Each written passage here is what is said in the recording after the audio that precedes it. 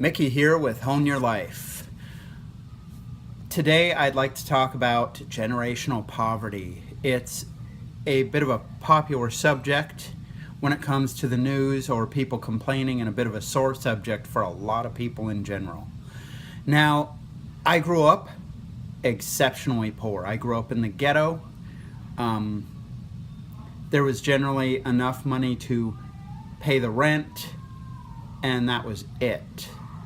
You know, you didn't know where your next meal was coming from or any of that sort of thing. One thing I did notice, however, and this was something that was common across myself, my friends who were also poor living in the ghetto, and people that I was not friends with who lived in the ghetto. We all had cable TV. We all had cable TV. What is up with that? Now, you might think that was like a thing from back then, when it was cheap, okay? Sure. Now, I'm going to fast forward a decade. I'm living way far away now. I live in the suburbs. It's pretty nice, but things are still kind of the same. I'll tell you how. A few years ago, I was Sunday school president in my church, and part of my calling involved, running around this town and visiting the households of members of the church, seeing if they needed help, seeing if they needed anything at all. One thing I couldn't help but notice was that among the poor neighborhoods, where some of the houses are so bad they couldn't even be considered habitable, they still had cable or satellite. What's more, they had a 60-inch TV. I don't even have a 60-inch TV in my house. Now,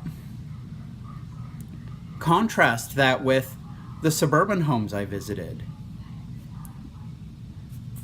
For most of them, they had a very modest TV, somewhere between 20 and 40 inches, and a lot of them didn't have cable. They cut the cord. That's a very popular thing to do these days, is cutting the cord, and I hope a lot more people do that, because cable companies need to know that they can't be sucking so much money out of people. But still, a lot of the reason people are poor is because they are living beyond their means. Now, I understand that some people are not employable. Some people are on a string of bad luck. I can understand a run of bad luck. There are people on decades-long runs of bad luck. But if you're on a run of bad luck and you're still drinking beer, which is expensive, going out to baseball, football games, and you've got cable or satellite, that might be a personal problem. Okay, living within your means is a big deal, and far too few people do it. There have been times, like when I was a security guard in a hospital, I was making about a fifth of what one of my coworkers was making. She was a nurse, and she was broke, like all the time. But she was buying these bags of that monkey poop coffee online. She had a really expensive car payment. She was living in a very trendy home in a trendy neighborhood. It was very expensive.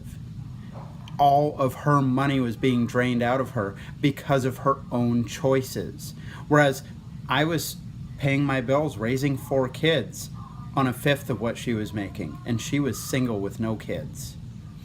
And it was very common there. Something I was really struck by was when the cleaning crew came in, people working minimum wage. They drive in Escalades. They're carrying the newest iPhone in one hand and a Starbucks in the other. And I talked to a couple of them, and they're buying Starbucks 3 times a day. Can you imagine how expensive that gets over the course of a month or a year? Do the math. No wonder so many people are poor.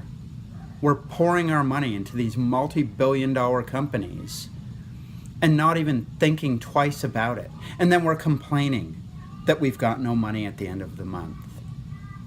I'm just saying, maybe some people need to write down what they're spending their money on and make better decisions. All right, we're past the 5-minute mark. I'm going to shut this down. If you have ideas for future shows that you'd like, future things that I should talk about, please leave a comment. Like and subscribe this. I'd love to continue to make content, and I'd love for this to become a more valued, more watched channel. I'm going to get better at this whole speaking thing too, because right now I feel like an absolute disaster. Anyways, this was Mickey M with Hone Your Life. I'm going to leave a link to my site down in the comments and down there somewhere. I'm pointing at something. I'm pointing at my crotch right now. Anyways, I'm going to get better at this, and hopefully you will be one of my viewers 5 years in the future. In the meantime, good night.